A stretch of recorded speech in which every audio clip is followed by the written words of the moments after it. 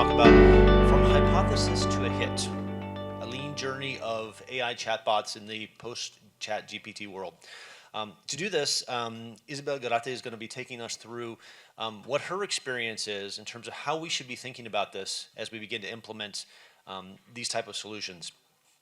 Isabel is bringing really deep cross-disciplinary experiences, both across corporate environments as well as startup, spanning everything from engineering to sales to product management, and really leaning in with a heavy extent about design thinking as well as customer focus. Today, she's currently the VP of Product at Landbot. So with that, I want to welcome Isabel to take us through her session.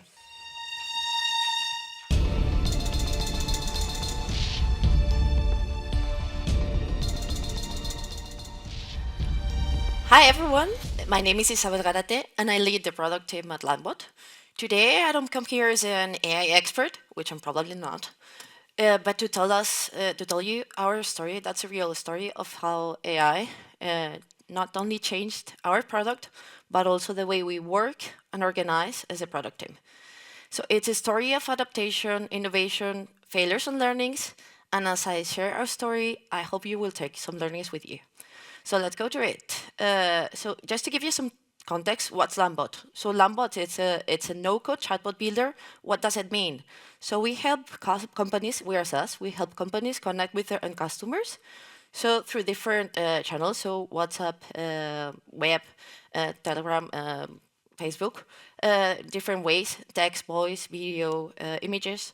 And then we help them acquire, engage, and support their own customers, and also connect if they have only other tools like CRM or EMP.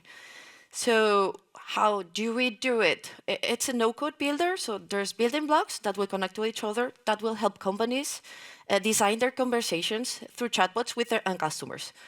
So we help them build somehow their customer journeys. Our main use cases, so lead generation, customer service, sales assistance, and there are lots of other stuff like, I don't know, service, quizzes, interactive fax, tarot cards, so many things behind. So people use it for everything. And please raise your hand if you had a bad experience with a chatbot before. Like, I think everyone in the room raised their hand, honestly. So why is that? Probably because chatbots used to be or are still a bit too robotic, so they are not human. They behave rarely sometimes, and it's difficult for them to understand natural language. So the way people express their ideas, so just the way we talk in a conversation. So these are the main two problems that chatbots always had. So in my opinion, there's a third problem, that is how people design their conversations with the customers, but that's another topic, so I'm not going to talk about it. So I'm going to share the journey through a timeline. And in May 2022, we started work on NLU. What does it mean? So natural language understanding, trying to understand what users mean when they connect to a company. Back then, and it's only 2 years ago, it meant like there's some keywords like human, help, assistance, and they would look for synonyms. And if the user was trying to say help, human, whatever, I'll take them through this path. That means they need to talk to a person. But it was failing a lot, so it was, you know it, so you've experienced it somehow. And as we were trying to build this thing, we made some mistakes. So first mistake, and a big mistake. So we tried to build the product for 2 different user personas at once. That doesn't work out. So customer support, and then a no-coder, so more tech-savvy user that's trying to do some webhooks and integrations through the code. So we tried to do something in the middle. That doesn't work, so you need to focus. And that's one of the learnings we made back then. Another one, so the scope of the MVP was too large. So it was not limited in functionality, but somehow in usage. So limits, rates, and all those things. But the functionality was built, so that's a huge mistake. So probably too long to build. Usability testing. So we didn't do much prototyping before development. We went mostly from Figma to code, and that's a mistake too. Don't do that. And it took us 3 to 4 months to build the first MVP. Maybe 3 to 4 months doesn't look like a long time for you, but this is a startup world where I work at, and that's a lot. So we really need to move fast. And 3 to 4 months, it's a loss of money, resources, and time. So that was a mistake. I joined the company in August 2022, sorry. And I'll give you some context why. And also there was another problem. So we were doing this NLU, but it was not really linked to the company strategy. Was it meant to monetize, to activate, to avoid churn for growth? There was no answer to that. So people or the team couldn't answer this question. And also, there was no go-to-market strategy, and that's a big failure. So a product is nothing, nothing, nothing without a good go-to-market. You need to take care of how you put it out there for the customers. And if you forget about it, probably it's going to fail, even if the product is great. And what happened? So it only worked for power users. So really, power users of our tool that new tech-savvy solutions, and they could use it a lot. So use it real numbers. So we had like 23 brands or customers using it, and not really like some's a lot and some not, but it didn't really work out. So that was a failure. And so September 2022, I've seen some of the processes in the team. I've seen how they work, so we made some changes in the processes and organization, and also focus. So we focus on activation, which we believed was our main problem to solve at the point in time. So people and processes focus. We changed the way we work, and some of these things would look familiar to you. I'm sure about it. So they had this featureity, so they were trying to build lots of feature with no sense at all. So just building because shipping is good. No, shipping is not good. You need to find value for customers, and it's better if you find 2 good things to work at, not 200, and just waste your time doing things. So we changed for outcomes and not outputs, so to say. So we focus, you all know about OKR. So what's our OKR? What are we trying to achieve?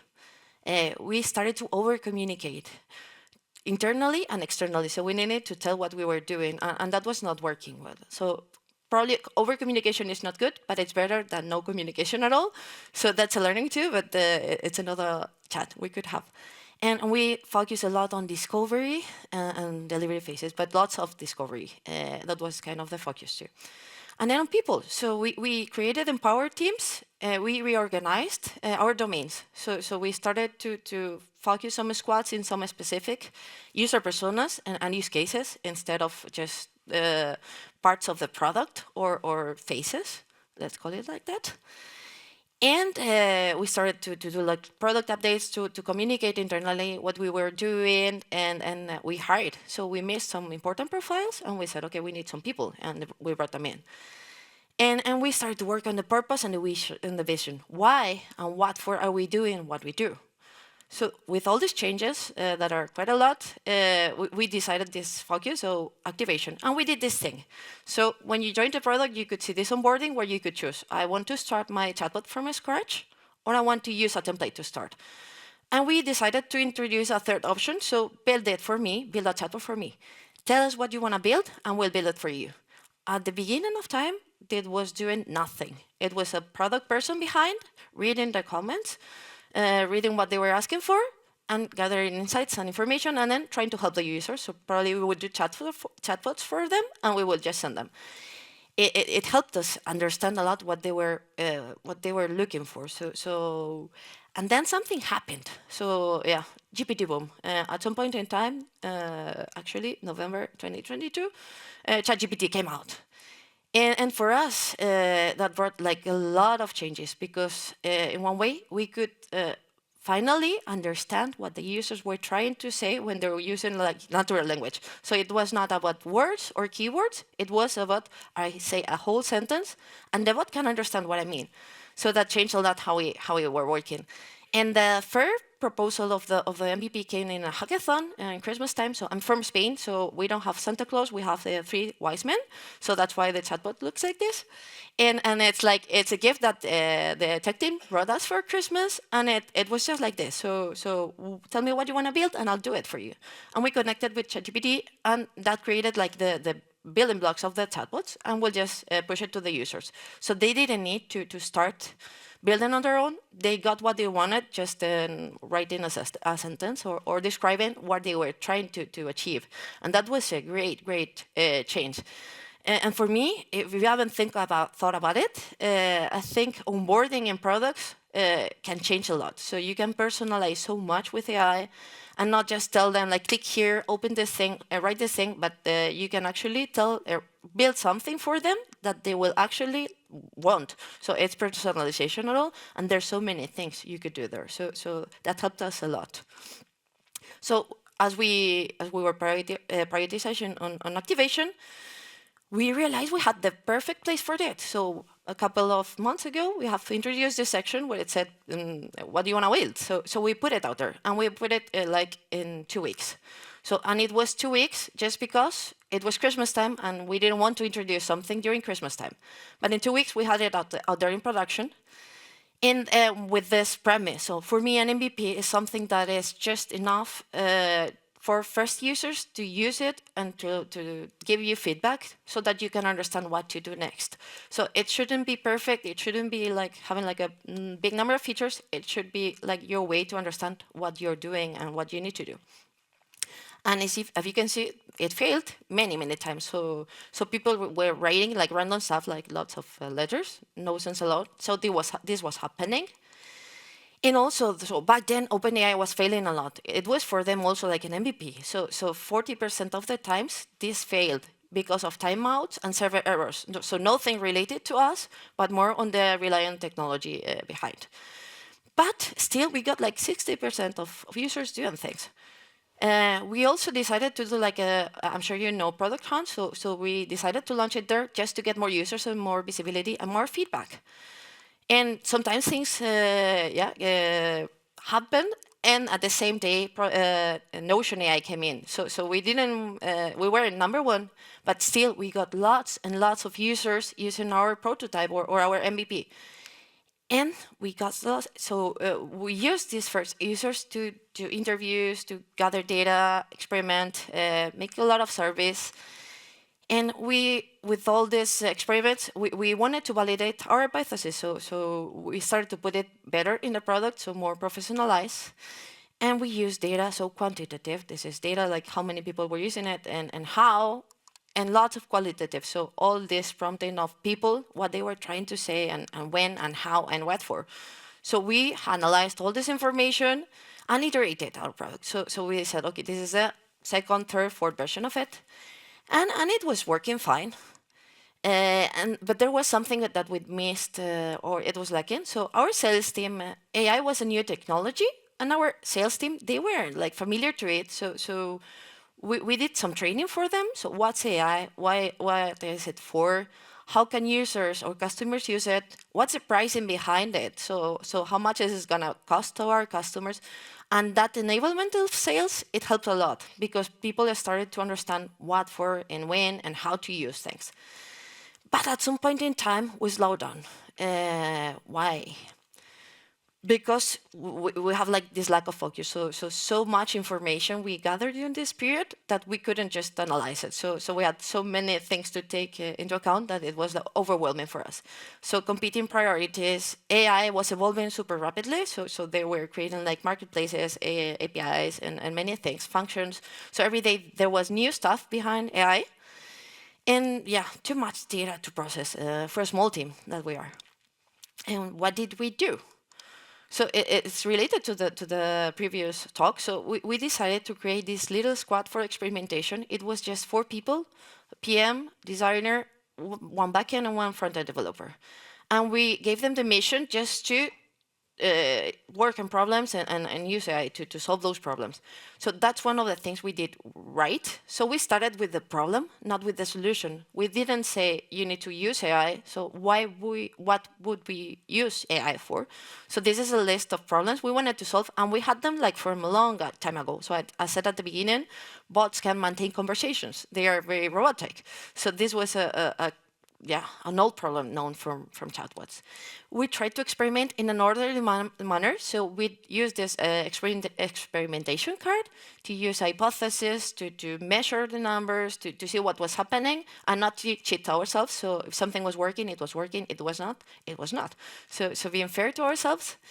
And what's now? So we're still in the race. So now we have introduced some more options for AI, like fax assistant or some use cases, lead generation AI assistant, booking appointments assistants, and we still keep giving the users the decision to build their own chatbots, because one thing we learned is that people want to control AI. They don't want to be controlled by AI. So that's one of the big learnings, like people want to keep control. So if you give them the tools to do that, they will probably rely more on the product than if you just do things, or AI does things for them. And so this was a big learning. AI is just a tool. Like, we have so many other tools, and we've been talking about this probably during the conference a lot. AI is a tool, and you need to use it where and when it makes sense. So it's not just because the CEO comes, which happened to us, like, you need to use AI, everybody's using it. Not because of that, just because you have some places or problems you can use it for. And yeah, we're still in the race. Every day we are kind of adapting and iterating our assistants. We are giving more options to the users, like, for example, adding knowledge bases, connecting to their own knowledge bases, trying to build exit scenarios. So what if the user says human or person, then it should automatically stop the assistant and take it to a person. So deciding when the human wants to control the AI. So we have been learning, and we've been implementing lots of things since then. And also we learned that this is the co-pilot concept. It was a great tool to help our users use our product. So not just because it's AI, because it's automating tasks for them that are difficult or are heavy or are not rewarding. So we have introduced some options within our builder, our builder of bots, so that they can actually have the help of AI to translate, to build copies, or to improve their copies. So how should I say this in a friendly manner, or I want to look like refreshing, or whatever they want to do, like. So that's helping our customers. And we did that like by talking a lot to customers and seeing what they were doing with ChatGPT directly. So they were showcasing to us, like, I use it to transform data, I use it to translate, I use it to avoid making questions that the AI can answer for me. So for example, if I'm called Maria, I'm probably a female, most of the cases, so that's nothing you need to ask anymore. So people were using AI for these things, and we are trying to bring it into the product, because that's going to help our users go faster, be better, and build better solutions for their own customers. And another good learning is we evolved AI from plain text to button-based conversational design. So we found out, like, people are lazy. They don't like to write like big prompts or big descriptions of what they want to do. They like to maintain conversations. So if we change the way we interact with them and just ask them, what do you want to do, how you want to do it, just click and select the questions you would like to ask and everything else, that's going to help a lot onboarding and activation of those customers that won't abandon because just they are lazy to do it. So that's what I said before, like, it can really help onboarding of new customers, because you can help them personalize, and you can even improve their experiences with your own product, so that they will use it more and better. We can do more about it, so we could use voice, we could do videos, many more things. We are still doing that. As a chatbot builder, we have so many type of blocks, so you can do buttons, you can do images, you can do scoring of your customers. So the more kind of blocks we introduce into AI, the richer and the better bots it's gonna build. So we are working on that.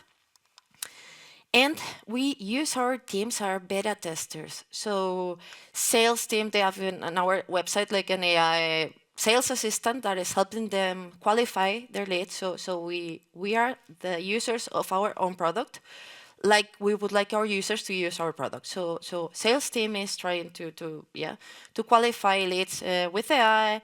Our support team did this fax assistant bot that is helping them reduce the number of tickets just by having some answers to the most generic or general questions that can be automated. So we always say humans are there for the difficult questions, and whenever something is very repetitive and monotonous, so we could automate it. So we are working on that. So our teams are our beta testers.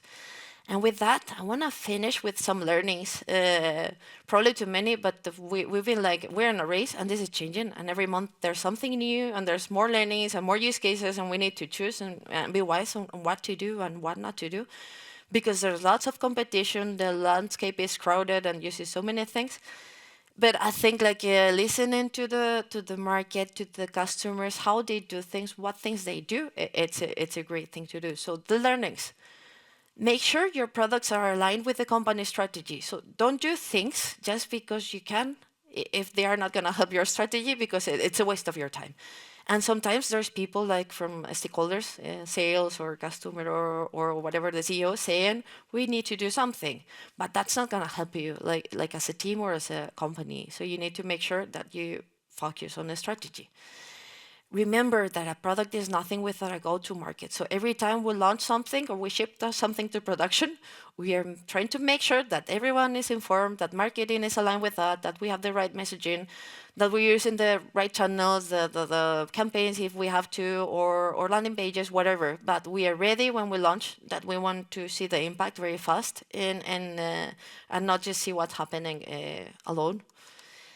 Pay attention to the market. So sometimes you need to get on board or get let behind. So AI, I don't think it's a trend. At least for us, it's not. So it revolutionized kind of the product we are handling and how we work internally. We use it a lot like to support our work as product team. So designers for discovery, product managers for writing to challenge topics. So get on board with these things. Like you'll find it like really rewarding. And invest your time in the problem space, not just into the solution space, because solutions there are plenty of them. There are millions, but if they don't like fight to solve the right problem, they're not gonna work. And this is important, and this is related to tech. So use experiments and MVPs to get early feedback.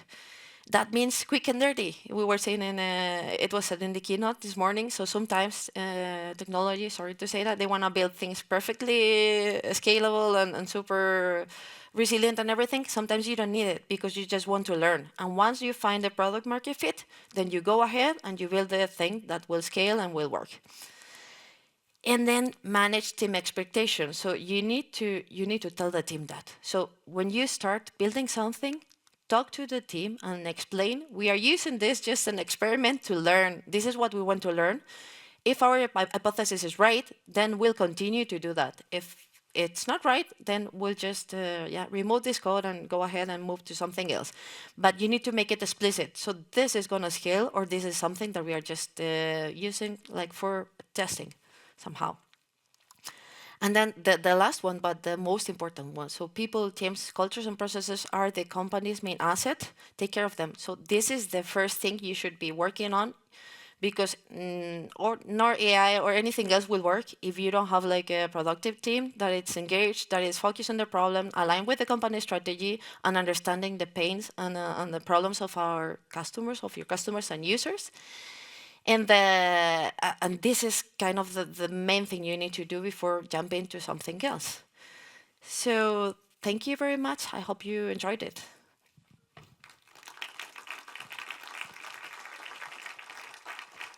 Perfect. Thank you so much, Isabel. With that, we'd like to take some questions from the audience. Who has a question for Isabel on her experience integrating AI into her chatbot experiences? It's a quiet group this morning. I'll kick us off. I guess one thing I'm curious about, maybe talk about what were some of the key challenges you had internally as you started the process of implementing Gen AI. What are one or two things that surprised you when you started to implement that maybe you didn't expect? Pricing probably is one of the unexpected. So nobody was clear about how pricing would look like if we opened like we did this product on launch, and all the cost of AI were directly to us. So we didn't know what the impact on our cost would be like. And that was like, that's something that was worrying the CEO or the sales team, like it's going to cost a lot of money and it's changing a lot and people don't understand it. So we didn't even understand how it would impact our costs.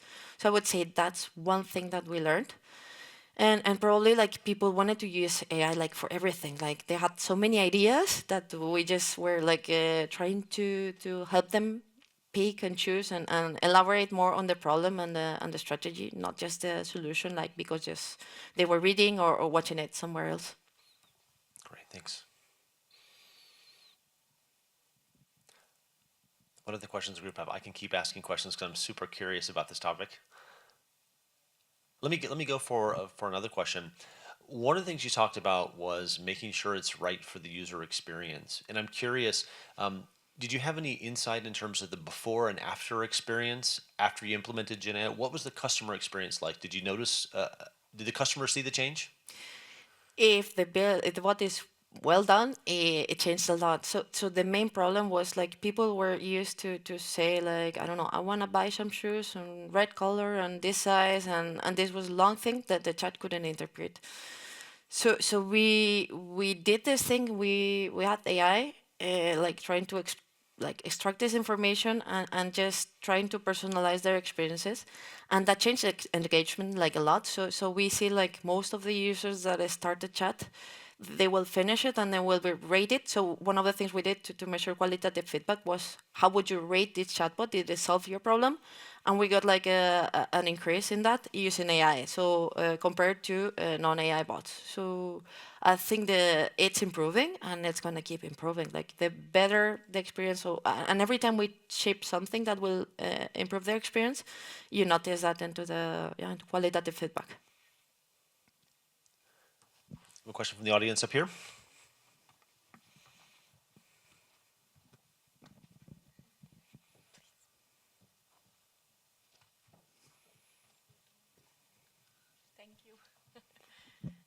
Thank you for the nice presentation. I'm just curious in regards of chatbots in the future, how do you see it evolving into products? Because, for example, in apps, it's not always suitable to have a bot implemented. Yeah, so I'm just curious if it. I think that bots has this bad reputation and people just think they don't work. But if you introduce it in the right places at the right time, they can really change a lot the way they work. Like for example, and not only think of applications, you can like can use it like for marketing and engagement. So you could create a chatbot over WhatsApp, for example, so you could, I don't know, take the user to talk to sales at the right time in a WhatsApp bot. So some people doesn't want to talk to sales because they don't want a phone call from somebody selling them something, but they would try to interact with that. So I think as the user experience is improving, and it will improve if you use it at the right places with the right amount of things, they're gonna improve. And not only think about chatbots of like text and buttons, think of conversations. So just as you call I don't know, you buy something and you call the customer service because it's wrong size or whatever. So that's a bot most of the times. So press 1 or press 2 if you want to do this or that. If you improve that experience and you make like people like getting their problem solved really fast, I think it's gonna automate lots of processes and lots of tasks. Like there are people buried in I don't know, emails and ticketing and just answering like the same question again and again. Thank you. No problem. Great. With that, thank you so much, Isabel, for your presentation, education on your experience using that. If anyone else has additional questions, please feel free to join us down here at the end, and Isabel may have a few more minutes for you. With that, let's please give a big round of applause for Isabel. Thank you.